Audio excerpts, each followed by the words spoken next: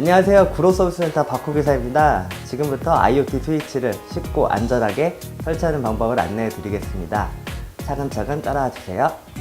먼저 설치 준비물을 잘 챙겨주세요. 일자와 십자 드라이버, 절연 장갑, 네임펜, 전용 콘덴서, 절연 테이프, 클립, 롱노즈가 필요합니다. 다음으로 설치 환경을 점검해 주세요. 첫째, 전등의 상태를 확인해 주세요.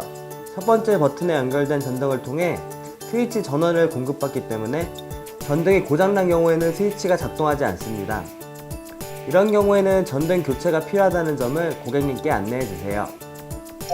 둘째, 스위치 버튼당 최대 전등 용량은 360W입니다.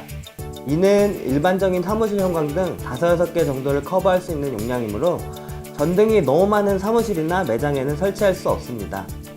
여기서 전등 와트수를 정확하게 알기 위해서는 전등 갓을 열어서 형광등 밑부분에 표시된 와트수를 확인하시면 됩니다.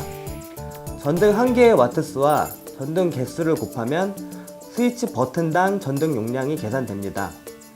예를 들어 전등 한 개가 36W인데 연결된 전등이 총 3개라면 36 곱하기 3, 즉 108W가 스위치 버튼의 전등 용량입니다. 만약 형광등에서 표시 내용을 확인하기 어려운 경우에는 안전기의 와트수를 확인하셔도 됩니다. 셋째, 전등이 30W 미만으로 용량이 낮거나 LED 등인 경우 장강이나 깜빡임이 발생할 수 있는데요. 이때는 전용 콘덴서를 전등에 설치해 주시면 됩니다. 콘덴서 설치 방법은 동영상 뒷부분에서 설치 부자재를 설명할 때 자세히 안내해 드리겠습니다. 본격적으로 스위치를 설치하는 방법을 알아보겠습니다. 일단 작업을 시작하기 전에 전등 차단기를 내려주세요. 전등 차단기가 무엇인지 구분이 어려운 경우에는 메인 차단기를 내려주시면 됩니다. 차단기를 내린 다음에는 스위치를 껐다 켜서 차단이 잘 되었는지 확인해 주세요.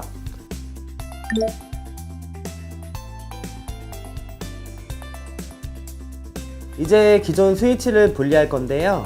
일자 드라이버를 사용해서 스위치 커버와 버튼을 분리해 주시면 됩니다. 커버가 벗겨진 스위치의 위아래로 보이는 나사를 십자 드라이버로 돌려서 빼주세요.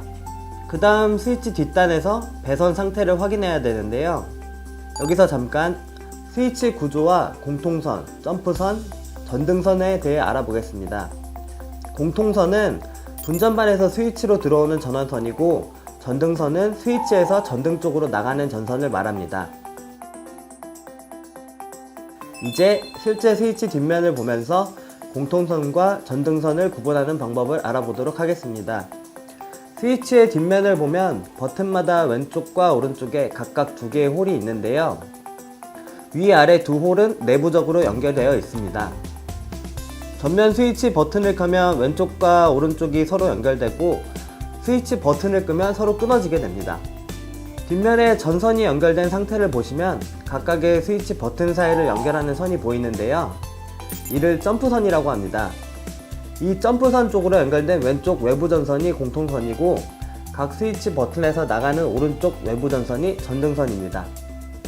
스위치를 껐다 켰다 하면 공통선과 각 전등선이 분리됐다가 연결됐다가 하면서 전등이 꺼지고 켜지는 것입니다. 스위치를 설치할 때는 공통선을 찾는 것이 아주 중요한데요. 점프선이 연결된 쪽이 공통선이라는 점만 기억하시면 공통선 찾는 게 어렵지 않습니다. 이제 고객님 댁의 스위치 뒷단을 살펴보겠습니다. 왼쪽에 점프선으로 연결되어 있는 선은 공통선이고, 오른쪽 전선은 전등선이겠죠? 나중에 헷갈리지 않도록 네임펜으로 전선에 꼭 표시를 하고 사진을 촬영해 주세요.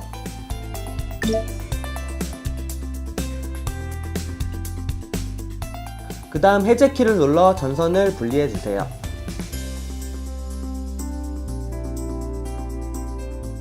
이제 전선을 IoT 스위치에 연결해 보겠습니다. 19, 29, 39 전등선을 각각 연결하고 공통선을 컴 부분에 연결해 주시면 됩니다.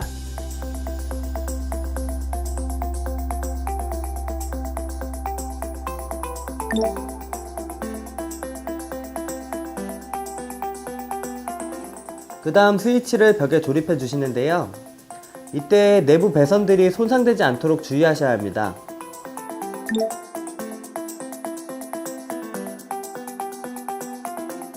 스위치 커버를 씌우기 전에 차단기를 올린 다음 스위치가 정상적으로 동작하는지 확인해 주세요. 그리고 커버를 씌운 다음 스위치 리셋 홀을 클립으로 1초 이상 눌러서 리셋 시킨 후 정상적으로 동작하는지 한 번 더 확인해 주세요.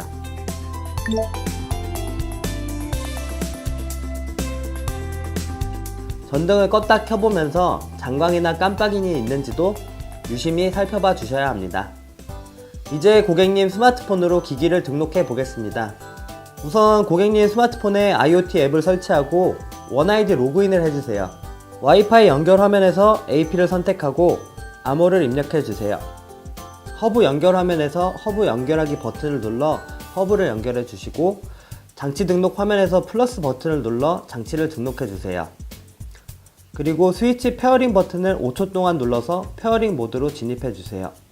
스위치에서 페어링 버튼은 1구 스위치는 1버튼, 2구 스위치는 2버튼, 3구 스위치는 3버튼입니다.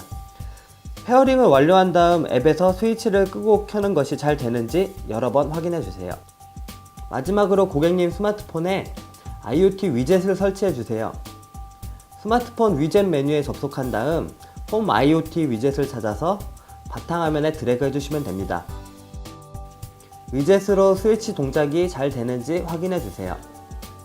이제 스위치 설치가 완전히 끝났습니다. 만약 허브와의 거리가 멀거나 집안 구조상 신호 세기 확인이 필요한 경우에는 G웨이브 측정 툴을 활용하여 신호 세기를 확인해 주세요. 신호가 약할 때는 허브를 이동하거나 적절한 위치에서 리피터용 플러그를 설치해 주세요. 리피터용 플러그가 필요한 경우 기사 전용 모바일 앱에서 처리 중 변경을 통해 리피터를 추가하면 되고 IoT 플러그 페어링 방법과 동일하게 페어링을 진행해 주시면 됩니다. 지금까지 IoT 스위치 설치 방법에 대해서 알아보았습니다. 이제 설치 부자재가 필요한 경우에 대해서 알아볼 텐데요. 어떠한 경우에 컨덴서나 브라켓이 필요한지 화면을 보시고 잘 숙지해 주세요. 첫 번째 부자재는 콘덴서입니다. 콘덴서는 스위치에서 장광이나 깜빡임이 발생할 때 설치해 주시면 됩니다. 일반적인 기계식 스위치가 아닌 전자식 스위치에 전등을 연결하면 전등 종류나 와트수에 따라 장광이나 깜빡임 현상이 발생할 수 있는데요. 장광 현상은 전등을 껐을 때 희미하게 불이 남아있는 현상을 말하며 깜빡임은 전등을 켰을 때 등이 떨리거나 깜빡거리는 현상을 말합니다. 장광, 깜빡임은 스위치 첫 번째 버튼에 연결된 전등에서만 발생하며 각 스위치의 두 번째, 세 번째 버튼에 연결된 전등에서는 발생하지 않습니다. 장광이나 깜빡임 현상이 있을 때는 전용 콘덴서를 설치해 주세요.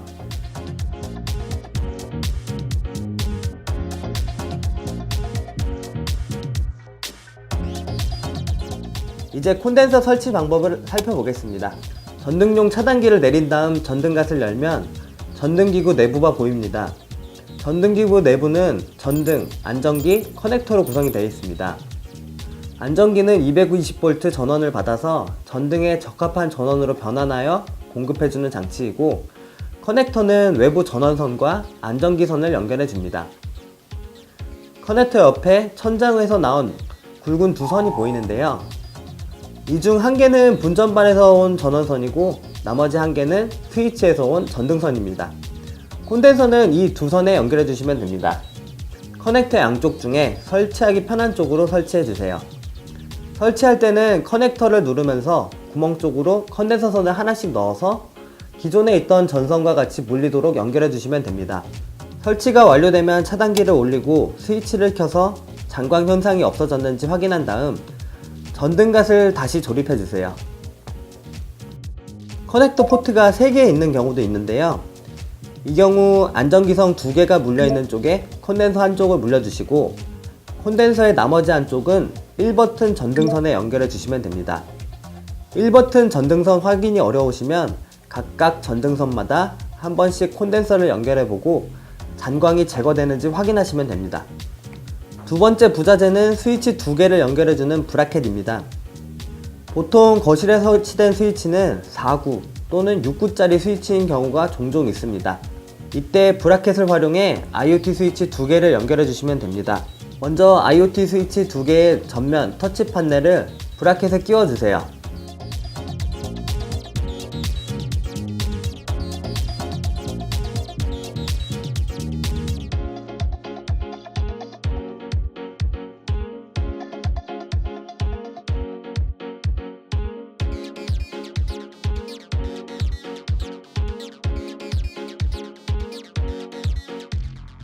세 번째 부자재는 깊이 연장 브라켓입니다.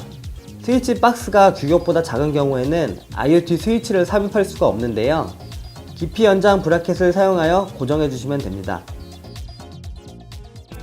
네, 지금까지 스위치 부자재가 필요한 경우를 알아보았습니다. 필요에 따라서 컨센서와 브라켓을 함께 이용해 주시면 IoT 스위치를 좀 더 완벽하게 설치하실 수 있겠죠? 지금부터 스위치를 설치할 때 알아두면 유용한 Q&A에 대해 살펴보겠습니다.